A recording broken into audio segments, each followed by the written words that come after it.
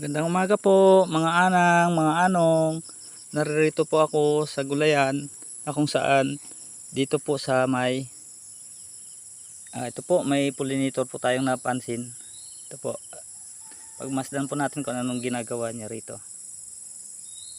Ito po ay black na bubuyog po. Hayaan lang po natin, hindi natin siya istubuhin.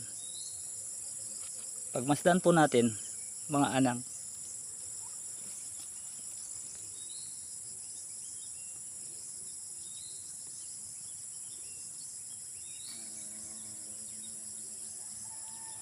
Yun, lilipat na naman uli siya.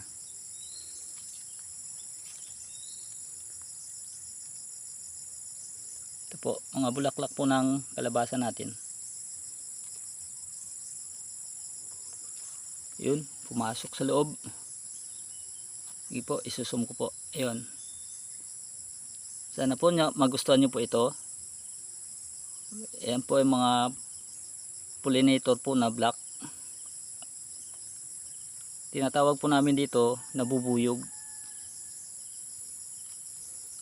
Tagal bago makalabas. Sige po, sundan nyo lang po mga anang, mga anong. Lalapit ko po.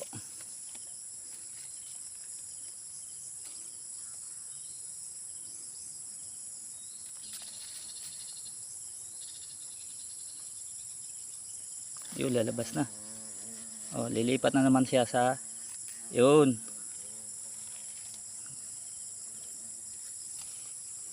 Galing po. Ito po, dito po ulit tayo. Op. Kabila naman bulaklak. Masipag po ito mag-pollinate.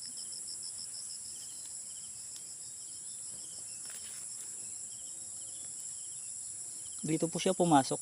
Abangan lang po natin.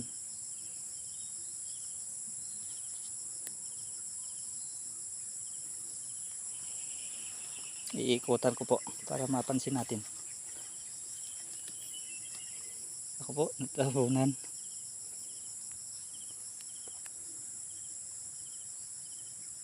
Po. Ayun po siya sa lobo.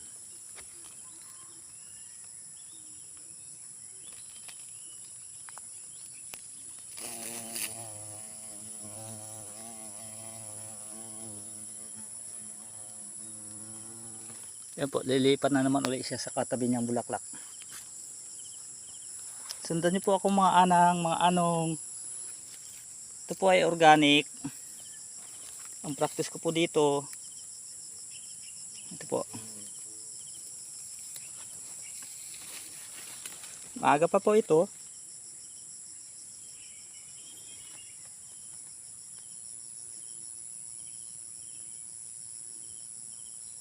Mga anong, mga anang. Ito po yung pollinator na tinatawag kong black po. Siya po ay tinatawag naming bubuyog. Yun. Lilipat na naman uli siya. Ito po mga anang, mga anong.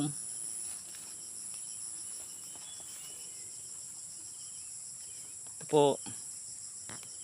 Malikot nga po.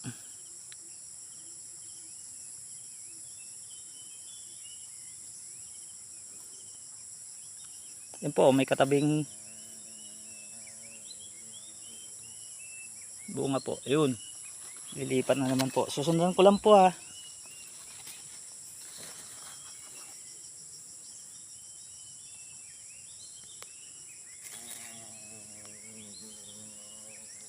Ang sipag. Ayan po. Lilipat na naman ulit siya rito. Hindi ko lang po nasundan pero pumasok siya po rito. Ito po. Ayan mo. Galing niya po. Yan.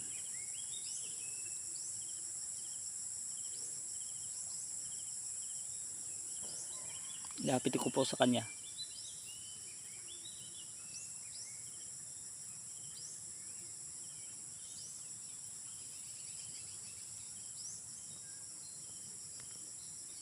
Sipag na bubuyog po ito.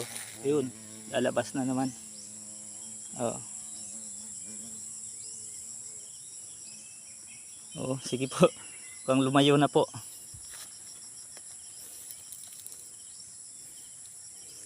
Maraming salamat po sa inyong panonood, mga anang, mga anong.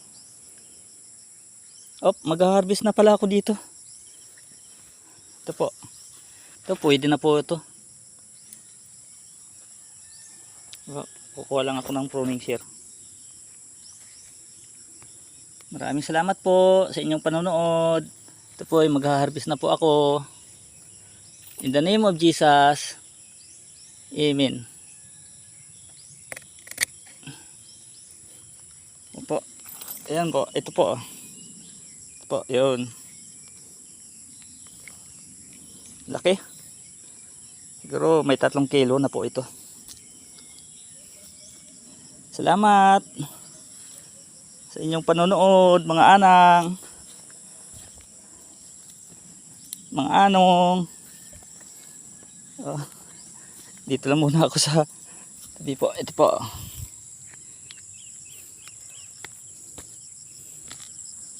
Yan po.